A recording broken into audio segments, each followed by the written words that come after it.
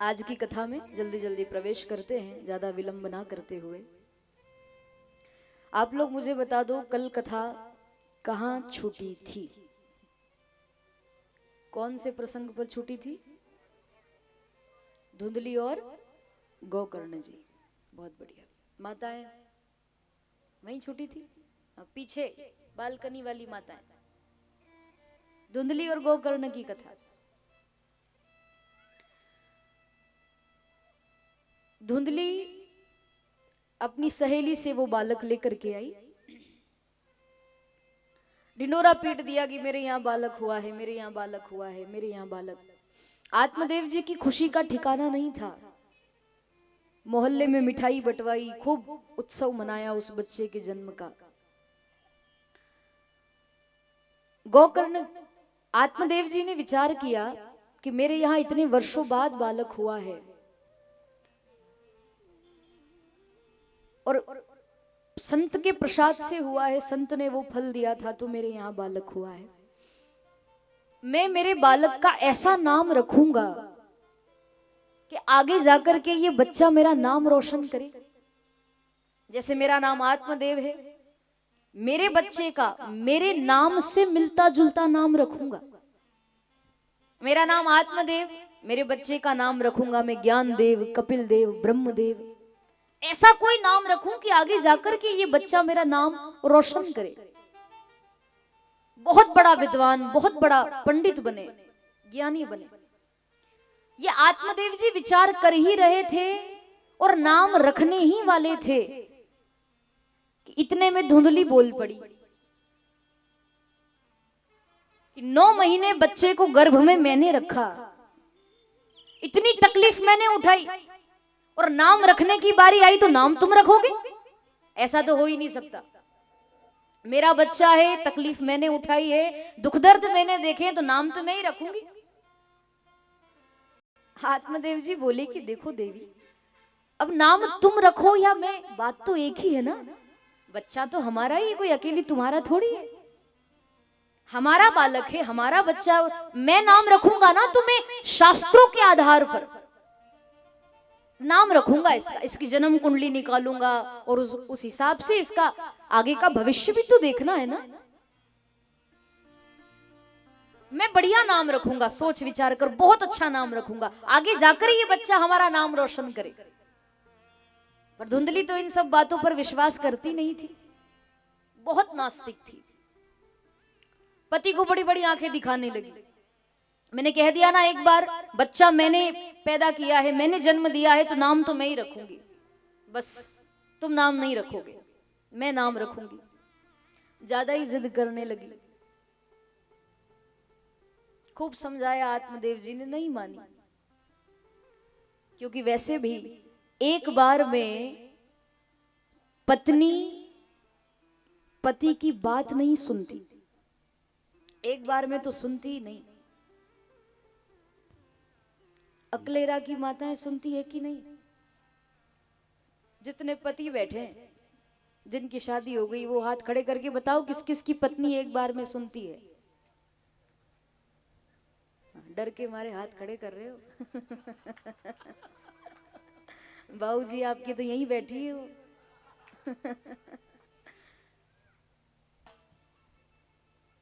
एक बार में पत्नी नहीं सुनती पति की, बेचारा बोल बोल के थक जाता है, नहीं सुनती।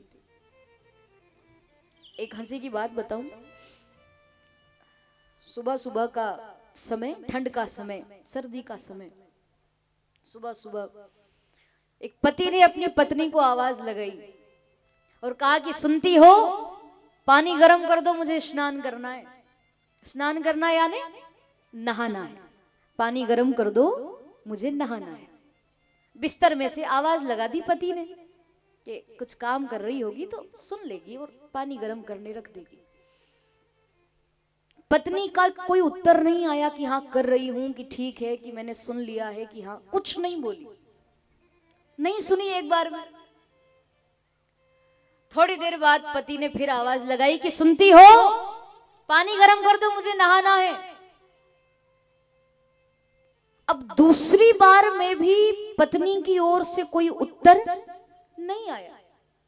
अच्छा इतना भी कह देना कि हाँ मैंने सुन लिया है, मैं कर रही हूं, तो पति भी थोड़ा शांत हो जाए कि चलो कर देगी। पर हाँ हूं का कोई उत्तर ही नहीं आया। 2 बार आवाज लगा दी, इंतजार किया बहुत देर तक कि अब कुछ बोले, अब कुछ बोले, नहीं बोली वो।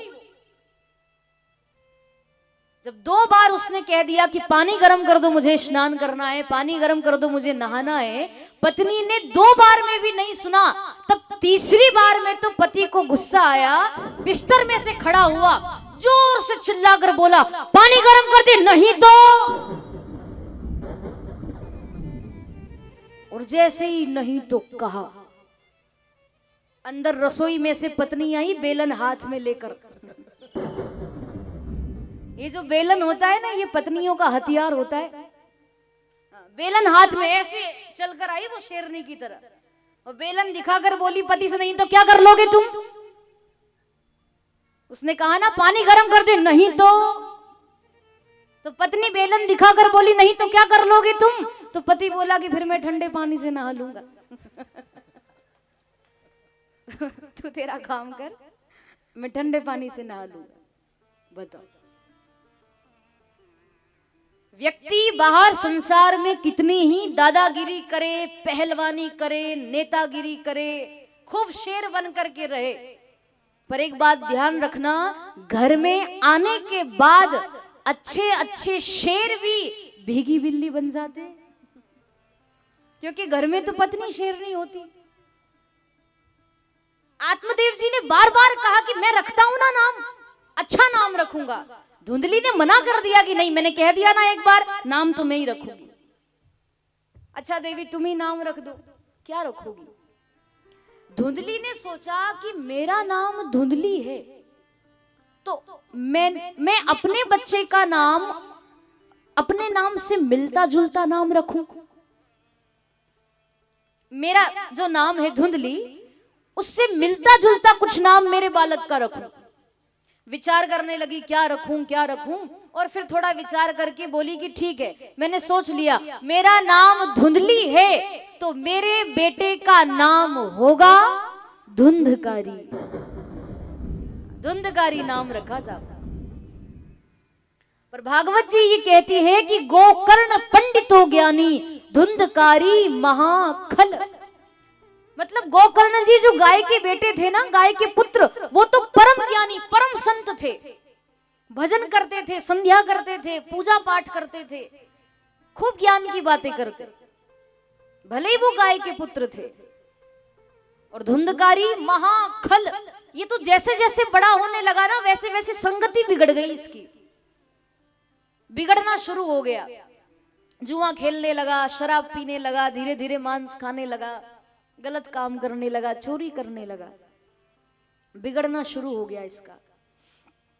आत्मदेव जी बहुत डांटते, बहुत चिल्लाते, बहुत समझाते धुंधकारी को कि बेटा ये एक ब्राह्मण का घर है, ब्राह्मण के घर में कभी शराब नहीं आनी चाहिए, देखना भी नहीं चाहिए उसकी तरफ। तुम एक ब्राह्मण के घर में जन्म लेकर के आए हो और तुम शराब पीते हो, तुम जुआ खेलते हो। हमारे यहाँ किसी चीज की कोई कमी है क्या? बाहर क्यों जाते हो तुम नशा करने के लिए? भैया घर में रहो, पूजा पाठ करो, भजन करो, इनमें कुछ नहीं रखा। बहुत समझाते, पर जब जब भी आत्मदेव जी डांटने के लिए जाते ना धुंधकारी को, तो वो धुंधली बीच में आ जाती, वो बचा लेती अपने बच्चे को। अरे मेरा बेटा है, वो ये सब काम नहीं करेगा तो कौन करेगा, एक ही तो बालक है। और माँ बीच में आ जाती, पिता को कुछ बोलने नहीं देती, तो बेटा और सिर पे चढ़ जाता कि पिताजी तो कुछ बोलते नहीं, माँ तो मेरे पक्ष में है। अधिकतर बच्चों को बिगड़ने में उनकी माँ का हाथ होता है, बिगाड़ने में। आपकी बात नहीं है, बुरा मत मानिएगा, पर यह बात सत्य है।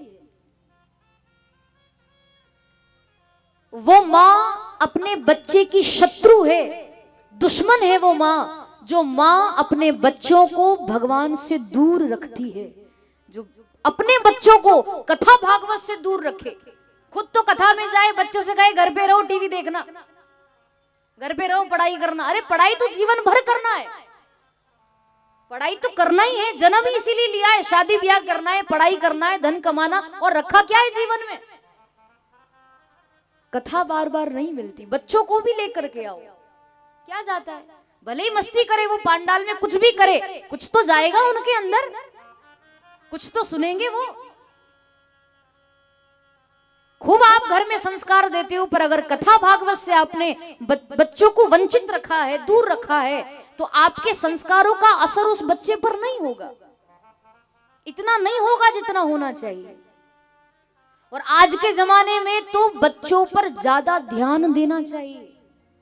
गलती करे तुरंत डांटो, लाड़ प्यार भी करो, पर इतना भी मत करो कि वो बच्चा सिर पे ही चढ़ जाए, आप कोई बोलने लगे। आत्मदेव जी बहुत समझाते, पर वो बच्चा मां पक्ष ले लेती तो वो और गलत काम करने लगा। परेशान हो गए आत्मदेव जी, रोने लगे कि हे भगवान, इससे अच्छा तुम्हें बिना पुत्र के ही अच्छा था। मेरे यहाँ जब बालक नहीं था तब मैं बड़ा सुखी था, जब से ये हुआ है इसने दुखी कर दिया, मेरे मंदिर जैसे घर को नर्क बना करके रख दिया इसने।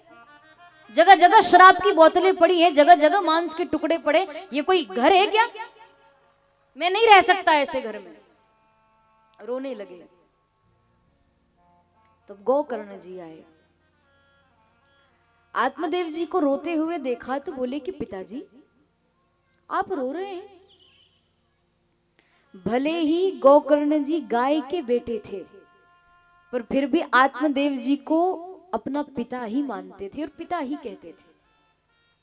आप रो क्यों रहे हैं? आत्मदेव जी ने कहा, देखो ना, एक तुम हो कि तुम तो खूब भगवान का भजन कीर्तन करते हो खूब, जबकि तुम एक गाय के पुत्र हो, और एक मेरा बेटा है जो गलत काम करता है। मैंने क्या सोचा था और ये क्या निकला? मेरा तो मान सम्मान ही नहीं रहा घर में, मेरी कोई सुनता ही नहीं। मैं बोलने जाता हूं वो तुरंत सामने बोल पड़ता है, उसकी मां आकर के बचा लेती है। क्या करूं, कुछ समझ में नहीं आता। गोकर्ण जी ने बड़ी सुंदर बात कही। गोकर्ण जी बोले कि पिताजी आपको जितना इस संसार में रहना था आप रह लिए, जितना आपको परिवार का पालन पोषण करना था आपने कर लिया। अब जो जीवन बचा है ना, आप इसको व्यर्थ मत गवाओ, इस माया जाल से अपने आप को निकालिए और जंगल में जाकर के भगवान का भजन करो। यही जो पश्चाताप आज आप कर रहे हो, यही बात यदि कुछ वर्ष पहले सोच लिए होते तो आज ये दिन नहीं देखना पड़ता। जंगल में गए जरूर थे आप, पर आप तो मरने गए थे।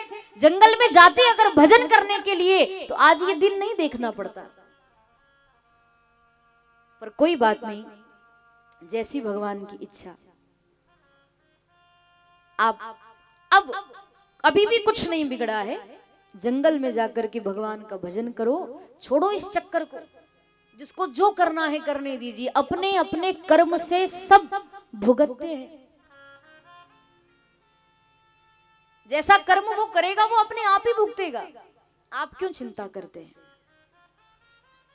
खूब समझाया। आत्मदेव जी ने भागवत जी के 10वें स्कंद का पाठ किया और वो जंगल में चले गए कि अब मैं नहीं रह सकता यहाँ। गोकर्ण जी ने विचार किया कि अब पिताजी चले गए तो मैं यहाँ रहकर क्या करूंगा। गोकर्ण जी भी तीर्थ यात्रा के लिए निकल गए। अब घर में अकेली वो धुंधली और उसका बेटा धुंधकारी था। धुंधकारी ने सोचा कि अच्छा हुआ पिताजी चले गए, नहीं तो रोज चिल्लाते थे ये करो वो करो, ऐसा करो वैसा करो, ये मत करो वो मत करो। झंझट खत्म हुई। अब वो धुंधकारी और गलत काम करने लगा, अपनी मां को मारता था, मां को मारने लगा। बताओ सोना कहां है, बताओ चांदी कहां है, क्योंकि उसको तो जुआ खेलना है, उसको तो लत लग गई थी, एक प्रकार से आदत पड़ गई। और जब वो मां नहीं देती कुछ तो वो उसको मारने लगता। धुंधकारी बहुत गलत काम करता, अपनी मां पर हाथ उठाने लगा। एक दिन तो इतना मारा धुंधली को, परेशान हो गई वो भी, उसको भी बड़ा पश्चाताप हुआ उस बात का, पर अब क्या करे, किससे कहने जाए। रात्रि में अर्धरात्रि को धुंधली उठी, अपने घर के बाहर एक कुआं था, धुंधली ने उस कुएं में छलांग लगा दी और अपनी जीवन लीला समाप्त कर ली। अब क्या करूं जीवित रहकर। अब धुंधकारी अकेला 5-5 वेश्याओं को लेकर के आ गया घर में, गणिकाओं को लेकर आया। इतनी चालाक थी वो गणिकाएं, चोरी करने के लिए उसको प्रेरित करती, डाका डाल करके आओ, चोरी करके आओ, धन कमा कर लाओ, हमको क्या खिलाओगे। कई बार राजा के यहाँ चोरी करने गया, राजा के यहाँ पकड़ा भी गया और छूट भी गया वहां से, और राजा की नजर में वो था कि ये बार बार चोरी करने आता है, इसको एक ना एक दिन ऐसा दंड दूंगा कि ये याद रखेगा। धुंधकारी गया एक दिन फिर से चोरी करने, पकड़ा गया, पर जैसे तैसे अपने प्राण बचाकर हमेशा की तरह घर में आकर सो गया। उन गणिकाओं से कहा कि कोई भी मेरे बारे में पूछे तो बताना मत कि मैं अंदर सो रहा हूं। वो गणिकाएं समझ गई कि हमेशा की तरह राजा के यहां से चोरी करके आया होगा, हो सकता है राजा के सैनिक आते होंगे इसको पकड़ने के लिए, और अगर राजा के सैनिक आ गए तो ये तो मरेगा ही मरेगा धुंधकारी, साथ में हम भी तो मरेंगे, क्या करें। तो धुंधकारी घर में सो रहा था, पांचों गणिकाएं बड़ी चालाक, पांचों ने मिलकर विचार किया कि क्यों ना हम ही धुंधकारी को मार डालें, मार देते हैं इसे। पांचों ने मिलकर के एक रस्सी लेकर आई, वो पांचों सोते हुए धुंधकारी के हाथ पैर बांध दिए, उसके गले में वो रस्सी कस करके बांधी और रस्सी खींचने लगी, पर मेरे भाई बहन फिर भी वो धुंधकारी तड़पने जरूर लगा, पर वो मरा नहीं। धुंधकारी मरा नहीं, तड़पने लगा, मरने का नाम नहीं लेता। क्योंकि अगर जीवन में ज्यादा पाप किए होते हैं ना, जिस व्यक्ति ने ज्यादा पाप किए होते हैं अपने जीवन में, जो ज्यादा पापी व्यक्ति होता है वो इतनी आसानी से मरता नहीं है, इतनी आसानी से उसकी मृत्यु नहीं होती, उसकी मृत्यु भी बहुत खतरनाक होती है।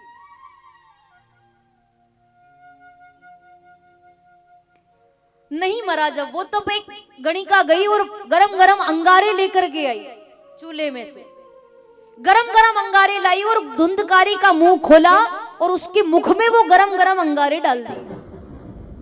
तड़प तड़प कर धुंधकारी वहीं मर गया, मृत्यु हो गई उसकी। और जहां मृत्यु हुई, मर गया तड़प तड़प कर, तो उन्हीं गणिकाओं ने उसी घर में गड्ढा खोदा, धुंधकारी को वहीं गाड़ दिया उसी घर में, और जितना सोना चांदी रुपया पैसा था वो सब एक पोटले में बांध करके लेकर के वहां से भाग गई। अब धुंधकारी का जीवन बुरे कार्यों में बीता, जीवन भर तो गलत काम किए, मृत्यु भी इतनी बेकार तरीके से हुई। मरने के बाद में वो धुंधकारी प्रेत बना। प्रेत समझते हो आप? प्रेत किसको कहते हैं? भूत। मरने के बाद में वो भूत प्रेत बना, और प्रेत भी नहीं महाप्रेत बना, महाप्रेत। उसी घर में उस धुंधकारी की आत्मा भटकने लगी। एक दिन गोकर्ण जी तीर्थ यात्रा से आए अपने घर, रात्रि में सोचा रात्रि विश्राम कर लेता हूं, सुबह फिर सबसे मिलूंगा, क्योंकि अच्छा व्यवहार बना रखा था मोहल्ले में, नगर में, तो अभी रात्रि विश्राम करता हूं। घर में आकर के विश्राम करने लगे गोकर्ण जी, तो उस घर में कभी तो चिल्लाने की आवाज आए, तो कभी रोने की आवाज आए, तो कभी हंसने की आवाज आए, अजीब अजीब सी आवाजें आने लगी, बहुत अजीब अजीब सी बेतुकी आवाजें आने लगी। गोकर्ण जी ने सोचा कि ये एक ब्राह्मण का घर है और यहां इतनी बेतुकी आवाजें, अजीब अजीब सी आवाजें, अपशगुन हो रहे हैं। ये कैसे हो सकता है? चलो कोई नहीं, नींद नहीं आ रही है तो भजन कर लेता हूं। माला लेकर बैठे गोकर्ण जी, भजन करने के लिए बैठे ही थे कि फिर से वही आवाजें, कभी रोने की आवाज तो कभी चिल्लाने की आवाज, बचाओ बचाओ, ऐसी आवाजें, अजीब अजीब सी आवाजें आ रही थी, रोने की, हंसने की। गोकर्ण जी समझ गए कि यहां कुछ ना कुछ तो गड़बड़ है, कोई तो है इस घर में। कौन है? तुरंत गंगा जल हाथ में लिया गोकर्ण जी ने, और गोकर्ण जी बोले कि जो कोई भी हो इस घर में तुरंत मेरे सामने आ जाए। और ये कहकर के जैसे ही वो गंगा जल छिड़का, फेंका, जैसे ही गंगा जल छिड़का, उसी समय धुंधकारी की प्रेत आत्मा हाथ जोड़ करके खड़ी हो गई। तुरंत गोकर्ण जी ने पूछा, कौन हो तुम? तब वो धुंधकारी की प्रेत आत्मा कहने लगी। धुंधकारी बोला, अहम भ्राता त्वदीयोऽस्मि धुंधकारीति नामतः स्वकीयेनेव दोषेण ब्रह्मत्वं नाशितं मया। अहम भ्राता त्वदीयोऽस्मि, अरे मैं आपका भाई धुंधकारी हूं। गोकर्ण जी, मैं आपका भाई हूं धुंधकारी। गोकर्ण जी बोले, तुम धुंधकारी यहां कैसे? क्योंकि जब मैं गया जी में था, गया जी एक तीर्थ है बिहार के पास में, बिहार में गया जी, गया नाम का एक तीर्थ है। तो गोकर्ण जी बोले कि जब मैं गया जी में था तब मुझे सूचना मिली, तब मुझे पता चला कि तुम्हें 5-5 वेश्याओं ने मार दिया था। तो धुंधकारी, मैंने तुरंत तुम्हारे नाम से गया जी में श्राद्ध करवा दिया था। मैंने तुम्हारे नाम से तर्पण किया वहां पर कि चलो मेरा भाई मर गया है, उसको वेश्याओं ने, गणिकाओं ने मारा है, तो मैं तुम्हारे नाम से तर्पण करके आया हूं, तुम्हारे नाम से पिंडदान करके आया हूं। ये बताओ, क्या तुम्हें मुक्ति नहीं मिली? धुंधकारी कहने लगा कि गोकर्ण जी, आप मेरे नाम से गया जी में या किसी भी तीर्थ में, पवित्र नदी के किनारे, एक बार नहीं, 2 बार नहीं, 10 बार नहीं, 1000 बार भी यदि श्राद्ध करोगे ना तो भी मेरी मुक्ति होने वाली नहीं है, क्योंकि मैंने जीवन भर पाप ही इतने ज्यादा किए, इतनी आसानी से मेरी मुक्ति नहीं होगी। पर आपसे हाथ जोड़कर निवेदन है कि कोई ना कोई उपाय निकालो मेरी मुक्ति का। मुझे इस योनि में बड़ी तकलीफ होती है, कोई ना कोई उपाय निकालिए। गोकर्ण जी ने कहा, चिंता मत करो, तुम मेरे भाई हो, मैं जरूर कुछ ना कुछ उपाय निकालूंगा। सुबह हुई, गोकर्ण जी ने स्नान किया, नित्य क्रिया से निवृत्त हुए, सूर्य भगवान को जल चढ़ा रहे थे। तो मन में विचार आया कि क्यों ना सूर्य भगवान से ही मुक्ति का साधन पूछ लूं कि क्या उपाय करना चाहिए। तो सूर्य भगवान को जल दिया और हाथ जोड़ करके गोकर्ण जी बोले कि हे भुवन भास्कर सूर्य, हे सूर्य भगवान, आप ये बता दो कि महाप्रेत की मुक्ति का क्या उपाय है? महाप्रेत की मुक्ति कैसे होती है? कौन सा उपाय करना चाहिए जिससे प्रेत नहीं, महाप्रेत की भी मुक्ति हो जाए? वो उपाय आप मुझे बता दो। तो तुरंत उसी समय आकाशवाणी हो गई। सूर्य भगवान ने कहा, उत्तर दिया कि गोकर्ण जी, आप धुंधकारी कि प्रेत आत्मा का यदि उद्धार करना चाहते हैं, उसको मुक्ति दिलाना चाहते हैं, तो एक ही काम करो। अठे देखो सब, अठे एक ही काम करो। क्या काम करना है? उपाय क्या है महाप्रेत की मुक्ति का? तो सूर्य भगवान ने आकाशवाणी में कहा कि श्रीमद् भागवतान मुक्ति सप्ताहम वाचनम कुरु, यानी तुम अगर धुंधकारी की प्रेत आत्मा को मुक्ति दिलाना चाहते हो, उसका मोक्ष कराना चाहते हो, तो उसके लिए श्रीमद् भागवत कथा कराओ। धुंधकारी को मोक्ष जरूर मिलेगा, उसको मुक्ति जरूर मिलेगी। भागवत जी ऐसी कथा है, ये कृष्ण कथा ऐसी कथा है कि जीते जी तो व्यक्ति को मुक्ति दिलाती है, पर अगर कोई मर जाए ना, और मरने के बाद भी अगर किसी की मुक्ति नहीं हो रही हो, खूब तर्पण करो, खूब पितृदान, आप पिंड दान करो, श्राद्ध करो, उसके बाद भी अगर घर में शांति नहीं हो रही है या पितरों को शांति नहीं मिल रही है, तो एक बार जीवन में, केवल एक बार आप पितरों के निमित्त श्रीमद् भागवत कथा कराइए। आपके पितरों को तुरंत मुक्ति मिल जाती है, उनको शांति मिल जाती है।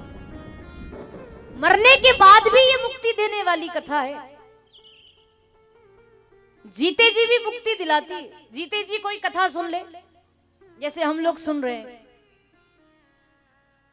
तो ये परेशानियां नहीं आती। मरने के बाद आत्मा भटक रही है कि कोई किस योनि में गया है, कोई किस, ये परेशानियां नहीं आती।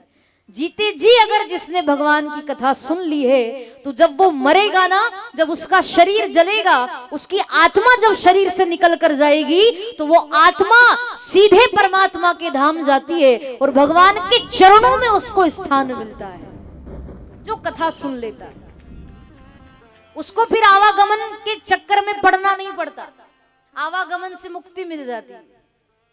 उसी को मुक्त होना कहते हैं, उसी को मोक्ष कहते हैं, उसी को मोक्ष कहते हैं।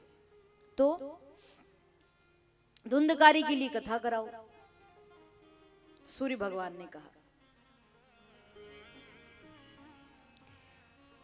तब गोकर्ण जी ने धुंधकारी के निमित्त श्रीमद् भागवत कथा रखी, पांडाल लगाया, व्यास मंच लगाया, व्यासपीठ लगाई, फिर भागवत जी की स्थापना हुई, तुलसी माता की स्थापना हुई, और पूरे नगर में और सभी जगह पता चल गया कि गोकर्ण जी कथा कर रहे हैं धुंधकारी के लिए। जब सूचना मिली तो कई लोग कथा सुनने के लिए आए। एक आसन लगाया गया धुंधकारी के लिए और उसका आह्वान किया गया कथा प्रारंभ होने से पूर्व कि जहां कहीं भी हो धुंधकारी, कि वो प्रेत आत्मा वो यहां आकर के विराजमान हो जाए, क्योंकि उनके लिए ही कथा हो रही है। अब धुंधकारी की प्रेत आत्मा आई, आसन लगाया गया। अब आत्मा आसन पर तो बैठती नहीं, आत्मा एक जगह ठहरती नहीं है, इधर उधर भटकती रहती, कहीं नहीं ठहरती आत्मा। अब वो आसन पर आकर विराजमान तो हुआ, पर जैसे ही कथा प्रारंभ हुई तो एक इधर से हवा का झोंका आया, और जैसे ही हवा इतनी तीव्र गति से आई कि वो धुंधकारी की प्रेत आत्मा को उड़ा करके ले गई। फिर जैसे तैसे वो आकर के बैठा, फिर इधर से हवा आई, फिर वो आत्मा उड़ा कर ले गई। मतलब वो कथा ही नहीं सुन पा रहा था, आकर बैठता, फिर हवा आती, फिर उड़ा कर ले जाती। क्या किया जाए? तो कहते हैं कि एक सप्त ग्रंथि वाला बांस बुलवाया गया, जिसमें 7 गांठें लगी हुई थी। वो 7 गांठ वाला बांस, सप्त ग्रंथि वाला बांस बुलवाया गया, और उस बांस के अंदर धुंधकारी को प्रवेश कराया गया। और वो बांस भागवत जी के दाहिनी तरफ, कथा पांडाल में दाहिनी तरफ उस बांस को गड़वाया गया। उसमें धुंधकारी की प्रेत आत्मा बैठी थी, और फिर कथा प्रारंभ हुई। तो जैसे ही कथा प्रारंभ हुई, धुंधकारी उस बांस में बैठ करके कथा सुन रहा था। पहले दिन की कथा में पहली ग्रंथि फटी, जो 7 ग्रंथियां लगी थी, तो एक एक करके वो ग्रंथियां फटने लगी। दूसरे दिन की कथा में दूसरी ग्रंथि फटी, तीसरे दिन की कथा में तीसरी, ऐसे 7 दिन तक कथा चली। तो वो 7 ग्रंथियां फट गई, वो बांस बीच में से फट गया और जो धुंधकारी प्रेत आत्मा के रूप में था वो एकदम देव रूप में वहां प्रकट हो गया, देवता बनकर के प्रकट हो गया।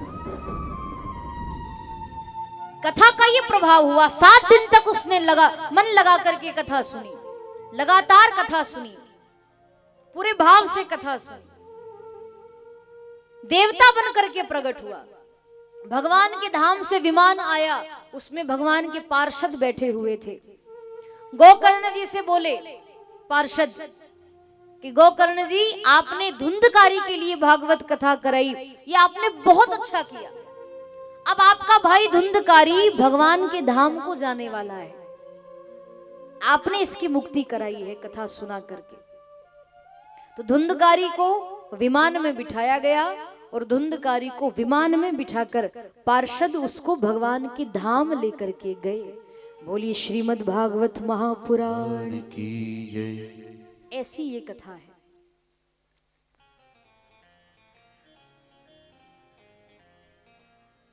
अच्छा, यहां पर एक प्रश्न उठता है कि कथा चल रही थी, गोकर्ण जी कथा कर रहे थे और कथा में हजारों लाखों लोग बैठे थे कथा पंडाल में। अकेले कोई धुंधकारी ने थोड़ी सुनी, सबने ही तो सुनी। तो प्रश्न ये उठता है कि जब हजारों लाखों लोगों ने कथा सुनी तो वो विमान अकेले धुंधकारी के लिए ही क्यों आया, बाकी सबके लिए क्यों नहीं आया? सबके लिए विमान आना चाहिए था कि नहीं? जब सबने कथा सुनी तो विमान सबके लिए आना चाहिए, अकेले धुंधकारी के लिए ही क्यों आया? बताओ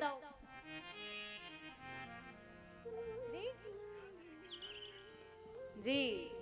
बहुत बढ़िया।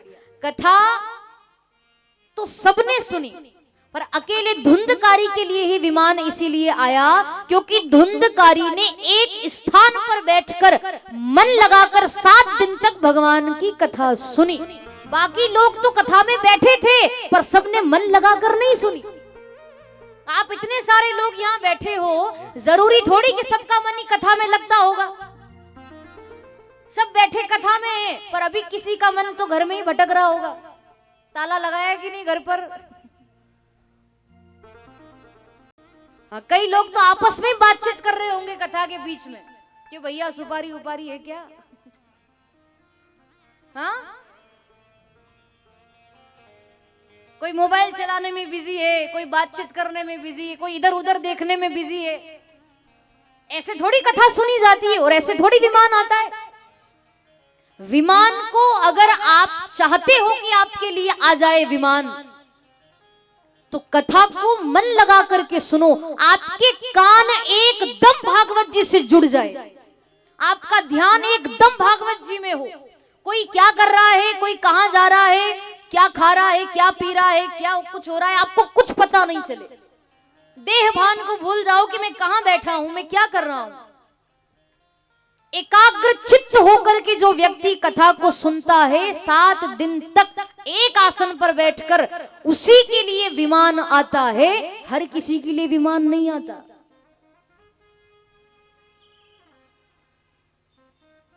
हर किसी के लिए नहीं आता। इसीलिए सावधान होकर के कथा सुनिएगा।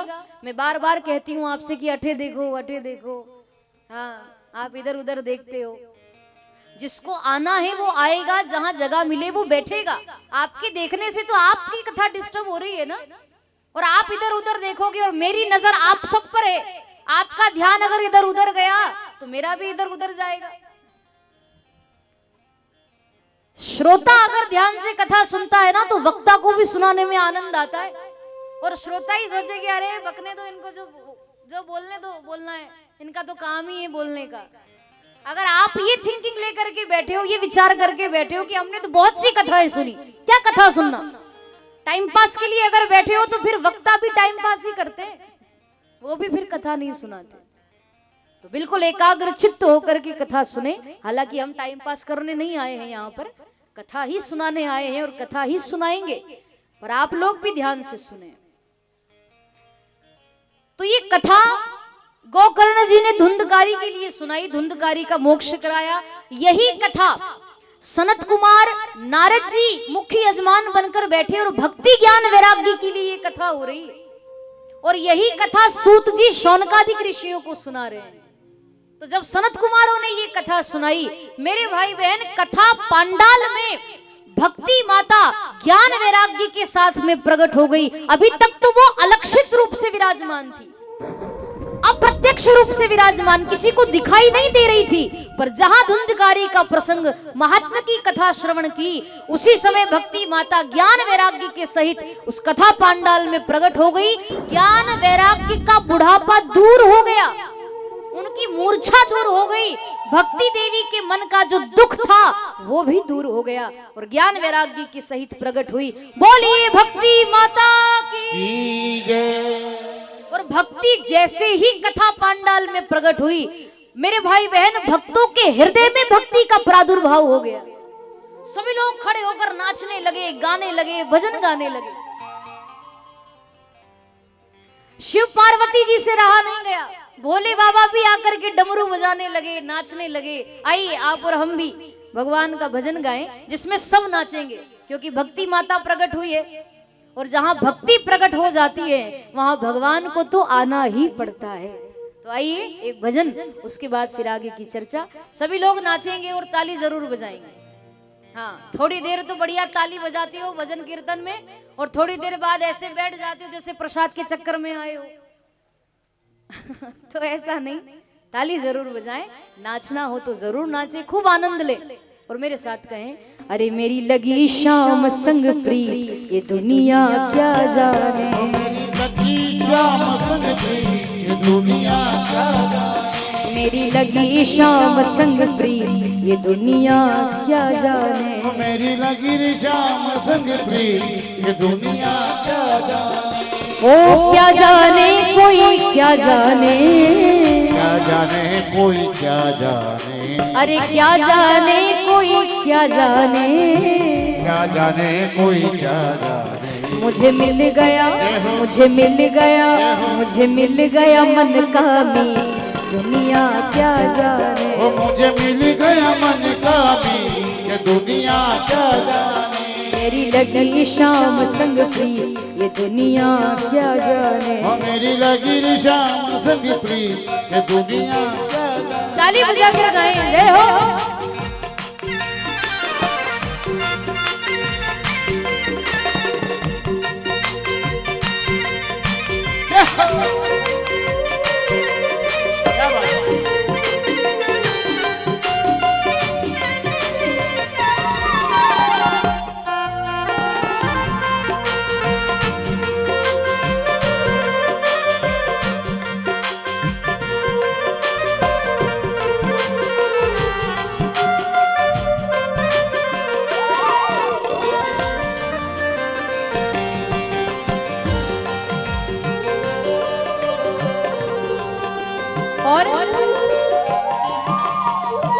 छवि लगी मैनू शाम की जब से, छवि लगी मैनू शाम की जब से, हुई बावरी मैं तो तब से, हुई बावरी मैं तो तब से, बांधी प्रीत की डोर मोहन से, बांधी प्रीत की डोर मोहन से, अरे नाता तोड़ा मैंने जग से, नाता तोड़ा मैंने, ये कैसी, ये कैसी, ये कैसी पागल प्रीत दुनिया क्या जाने, ये कैसी पागल प्रीत ये दुनिया क्या जाने, अरे मेरी लगी शाम संग प्रीत ये दुनिया क्या जाने, मेरी लगी शाम संग प्रीत ये दुनिया क्या जाने।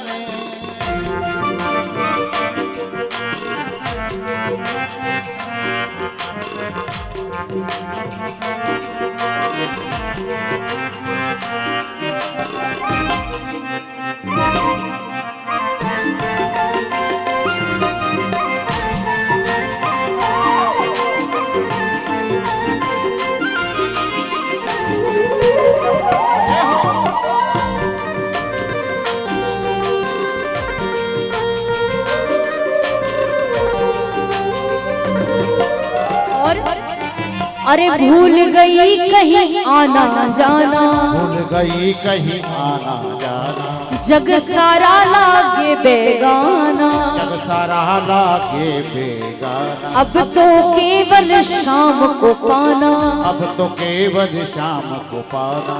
रूठ जाए तो इन्हें मनाना, उठ जाए तो इन्हें मनाना। अब होगी, अब होगी, अब होगी प्रेम की जीत, दुनिया क्या जाने। अब होगी प्रेम की जीत, ये दुनिया क्या जाने। मेरी लगी शाम संग प्रिय, ये दुनिया क्या जाने। मेरी लगी शाम संग प्रिय, ये दुनिया क्या जाने। बोलिए सामरिया सेठ की।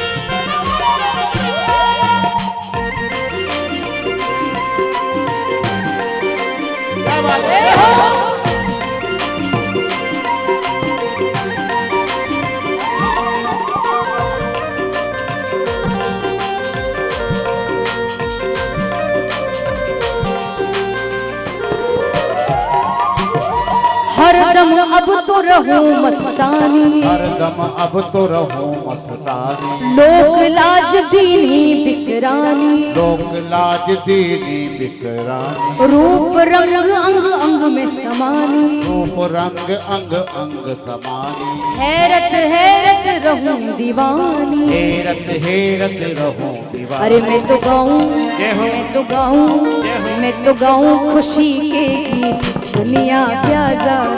मैं तो गाऊं खुशी के गीत, ये दुनिया क्या जाने। मेरी लगी शाम संग प्रिय, दुनिया क्या जाने। वो मेरी लगी रे शाम संग प्रिय, ये दुनिया क्या जाने।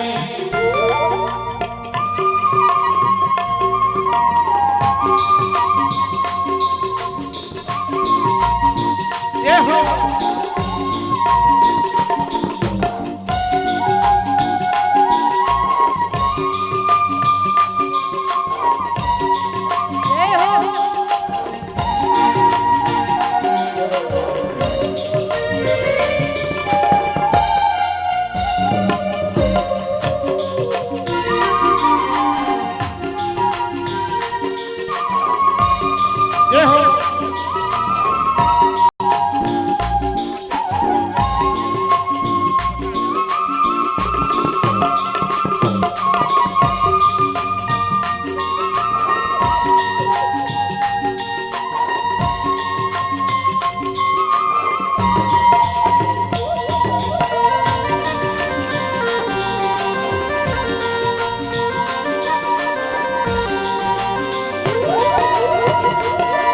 ओ मोहन की सुंदर सूरतिया, मोहन की सुंदर सूरतिया। मन में बस गई मोहन मूर्तिया। मन में बस गई मोहन मूर्तिया। लोग कहे मेरा भाई बावरिया, लोग कहे मेरा भाई बावरिया। जब से ओढ़ी शाम चुनरिया, जब से ओढ़ी शाम चुनरिया। मैंने छोड़ी, मैंने छोड़ी, मैंने छोड़ी जग की रीत, दुनिया क्या जाने। और मैंने छोड़ी जग की रीत, कि दुनिया क्या जाने। मेरी लगी शाम संग प्रीत, दुनिया क्या जाने। मेरी लगी शाम संग प्रीत, ये दुनिया क्या जाने। मुझे मिल गया मन का भी, ये दुनिया क्या जाने। मुझे मिल गया मन का भी, ये दुनिया क्या जाने। ये दुनिया क्या जाने, ये दुनिया क्या जाने। ये दुनिया क्या जाने, ये दुनिया क्या जाने। हे बोली गोपाल कृष्ण भगवान की जय।